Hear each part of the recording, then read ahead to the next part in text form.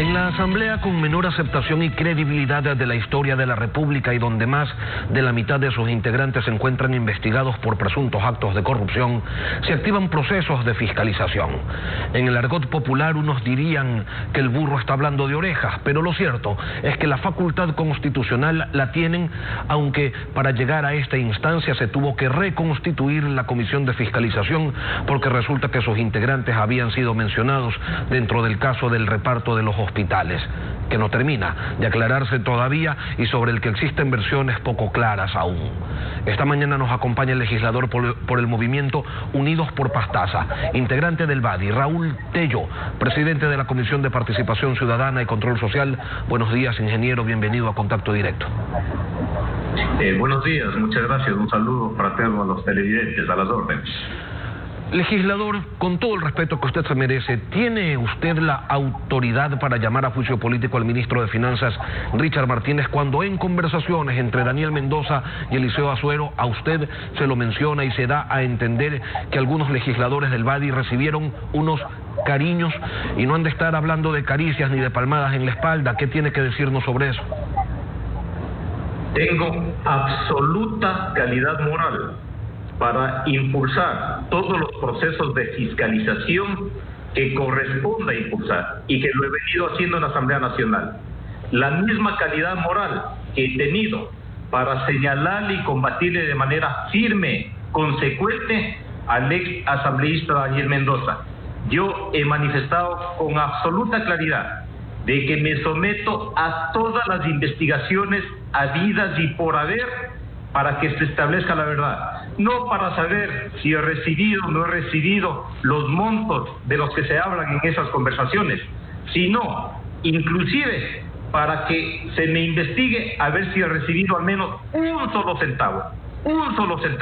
Y en ese marco yo he manifestado que estoy a disposición de todos los organismos, porque estoy con plena seguridad, con absoluta seguridad de tener la conciencia limpia, la conciencia tranquila. Y en ese ámbito he señalado también de que inclusive me someto al detector de mentiras, a la prueba del polígrafo, cosa que ningún político lo ha hecho, para que se me pregunte si yo en mi acción parlamentaria, tanto cuando fui diputado de la República y hoy como asambleísta, he recibido un solo centavo a cambio de un voto en la Asamblea Nacional.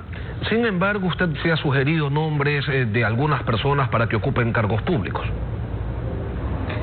Mire, al respecto también he sido absolutamente claro. Lo único que se ha podido determinar es de que el señor Tamayo, a quien nunca le he visitado yo en su oficina, no he conocido su oficina, a quien nunca le he entregado una carpeta y peor una sugerencia, ha dicho de que el asambleísta Azuero le ha dicho. ¿Qué le ha dicho? Entonces, aquí habría que preguntarle al asambleísta Azuero y ojalá en determinado momento el asambleísta Azuero asome y diga si es que aquello es verdad, como también aquello del reparto, a quién repartió, cómo repartió, y ahora que inclusive las cosas son mucho más claras. Sí, el asambleísta Mendoza ha dicho de que los repartos han sido para conseguir votos para las leyes que se tramitaban en la Asamblea Nacional. ¿Qué leyes se tramitaban con el carácter urgente? Ley humanitaria, ley de ordenamiento de las finanzas públicas, leyes en las que yo no únicamente voté en contra, sino que las combatí de manera firme en la Asamblea Nacional, las cuestioné e inclusive he presentado la inconstitucionalidad. Entonces yo no puedo ser parte de un reparto en donde que yo no he asumido absolutamente ningún compromiso. Ingeniero, para entrar ya en materia, 5 solicitudes de juicio político en contra del ministro de Finanzas, Richard Martínez, se aceptaron a trámite. Una de ellas fue presentada por usted. ¿Cuáles son las razones por las que considera que debe ser interpelado, censurado y destituido el ministro Martínez? El ministro Martínez ha sido el portaestandarte, el encargado en este gobierno de aplicar una brutal política neoliberal en contra de los ecuatorianos y ecuatorianas.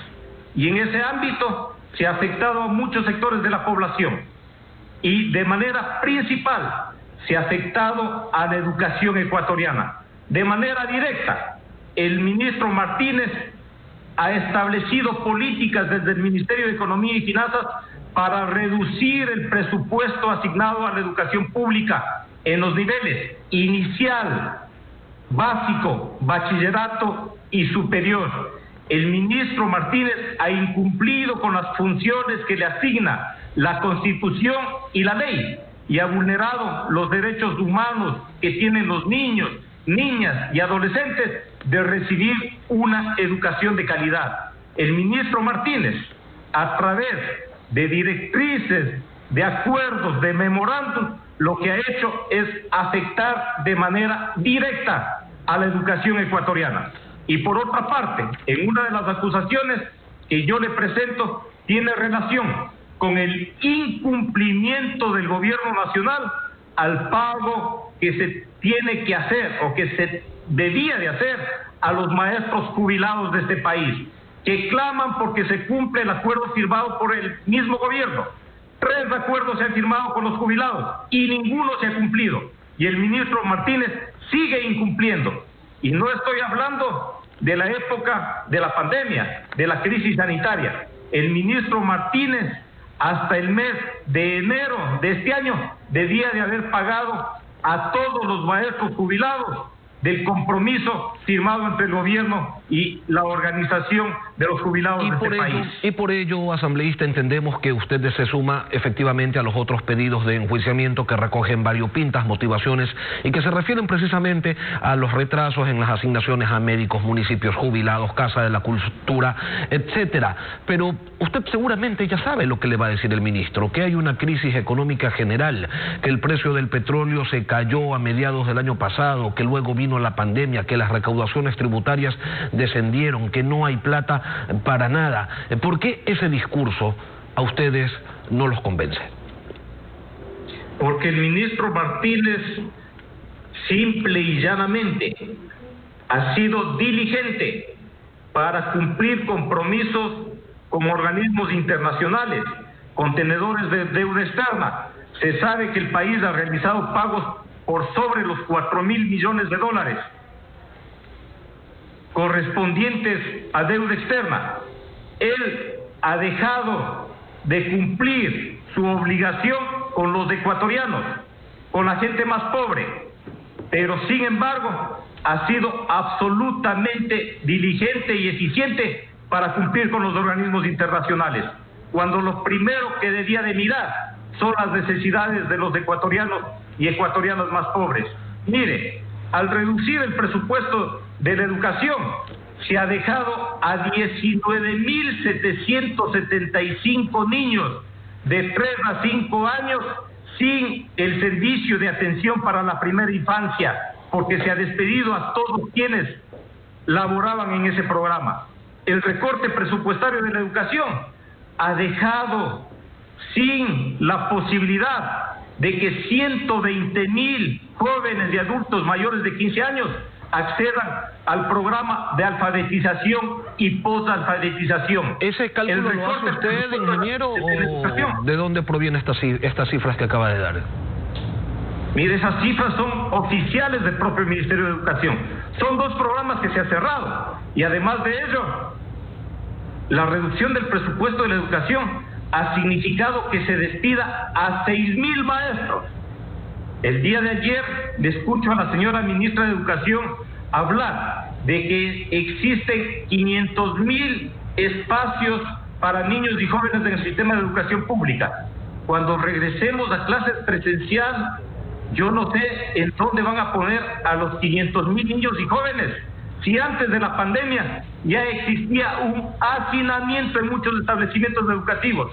Imaginémonos con 500.000 nuevos estudiantes en el sistema público de educación. Ingeniero Tello, seguramente Martínez podría decirles una grave afectación a la calidad de la educación del país. Martínez podría decirles quizás que ha renegociado la deuda externa, que ha liberado el pago de más de 10.000 millones de dólares para los próximos años, tanto en capitales como intereses. Podría decir en su defensa también quizás que se han conseguido créditos baratos por casi 9.000 millones de dólares, sumado lo del Fondo Monetario Internacional y China, si es que se llegara a concretar esto último. Esos argumentos tampoco los convencen. Él puede manifestar aquello, pero la realidad del país es que en estos momentos los maestros no cobran sus sueldos. La realidad del país es que miles y miles de niños se han quedado sin educación. La realidad del país es que existen jubilados del día de ayer, jubilados que en la provincia de Zamora se desangraron, exigiendo el pago de esa bonificación que se lo debió de haber hecho desde hace mucho tiempo. Hasta el día de hoy no se cumple la obligación. Aquí en este país no cobran los maestros, no cobran los jubilados, no cobran los municipios, no cobran los profesores. Los asambleístas sí están al día. Mire, a los asambleístas también se nos ha reducido los sueldos en alrededor del 25%, pero y tampoco hemos cobrado. No están tampoco hemos cobrado. ¿Cuántos meses les deben? No hemos cobrado todavía el mes de julio.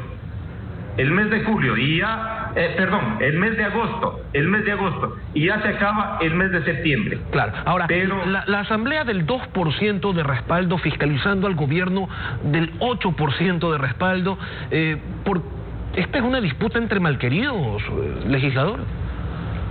Mire, si la asamblea tiene esos porcentajes es precisamente porque no ha cumplido adecuadamente el papel fiscalizador. Si existe ese porcentaje es porque en la Asamblea Nacional, a pesar de que a cortapisas se ha fiscalizado, hemos tenido una asamblea que ha dejado en el limbo muchos juicios políticos, que dejó bajo las alfombras o algún cajón del escritorio el juicio político al ex vicepresidente de la República, Jorge Glass, que fiscalizó a destiempo al ex fiscal general de la Nación, Carlos Vaca, que dejó en el limbo el juicio político a Gustavo Yali al Consejo de la Judicatura, que dejó en el limbo a uno de los responsables de la crisis de la seguridad social en este país, el ex superintendente de bancos, Cristian Cruz. Entonces, esas son las calificaciones de la Asamblea Nacional, una Asamblea Nacional que no ha fiscalizado adecuadamente, que en el juicio a Richard Martínez llega también a destiempo. ¿Hace cuántos meses hemos presentado esta solicitud y recién se procesa este juicio político? Una Asamblea Nacional que lamentablemente ha servido o ha continuado sirviendo para la estructura de impunidad que construyó el correísmo en este país. Y que lo que quieren hoy en la Asamblea es desviar la atención de las investigaciones que se desarrollan sobre un buen número de sus integrantes, señalan desde algunos sectores. ¿Hay algo de verdad, hay algo de razón en esa afirmación, ingeniero? Mire, yo no estoy ni como investigado, ni como vinculado, absolutamente en ninguna condición en el ámbito de la justicia. ¿No lo llamaron a la fiscalía, ingeniero Tello? Otros asambleístas investigados que se lo haga, se lo tiene que hacer, pero eso no es pretexto para que la asamblea no fiscalice, y no fiscalice situaciones absolutamente graves. Miren, en estos momentos existen trabajadores de las federaciones deportivas del país que no cobran 6 meses de sueldo. 6 meses de sueldo. ¿Qué ecuatoriano puede sobrevivir en esa situación? Ya ellos están viviendo de la caridad, están viviendo de la solidaridad, porque ya no se pueden sostener cuando se les da deuda 6 meses de sueldo. Y esa es responsabilidad del ministro Martínez. Y eso la Asamblea Nacional no puede dejar de fiscalizar. Sin duda hay casos dramáticos, y no solamente en las asociaciones o federaciones deportivas, sino en casi todos los estamentos del Estado. Mire usted cómo están los municipios en estos momentos, no tienen ni para pagar los sueldos, y existe la posibilidad de que ciertos servicios municipales se vayan a suspender, sobre todo en los cantones medianos y pequeños del país. Sin embargo, nadie nos garantiza, ingeniero, que con la censura, con la destitución del ministro Martínez, la plata vaya a aparecer como por arte de magia? Mire, en estos momentos existe inclusive una resolución de juez al respecto de acciones de protección que se han presentado por parte de la Defensoría del Pueblo. El ministro Martínez ya debería de haber sido destituido porque no ha cumplido una disposición de juez competente de una acción de carácter constitucional. Y en ese ámbito, cualquier ministro que le suceda en ese cargo tiene la obligación de cumplir primero con los ecuatorianos y ecuatorianas. Inclusive los propios organismos internacionales han señalado que por efectos de la pandemia se puede dejar de pagar los servicios de la deuda externa. Sin embargo, de manera sospechosa, y eso habrá que investigar, y yo considero de que otros asambleístas que tienen como causal del juicio político el tema de la deuda externa, lo deberán de hacer. ¿Por qué el ministro Martínez ha sido diligente en el pago de la deuda externa? Por encima de las necesidades de los ecuatorianos y ecuatorianos e indolente con el dolor, las lágrimas del pueblo ecuatoriano. Estaremos atentos al desarrollo de este enjuiciamiento político en contra del ministro de Finanzas, Richard Martínez. Asambleísta Raúl Tello, muchas gracias por estar esta mañana en Contacto Directo. Muchas gracias, muy amable.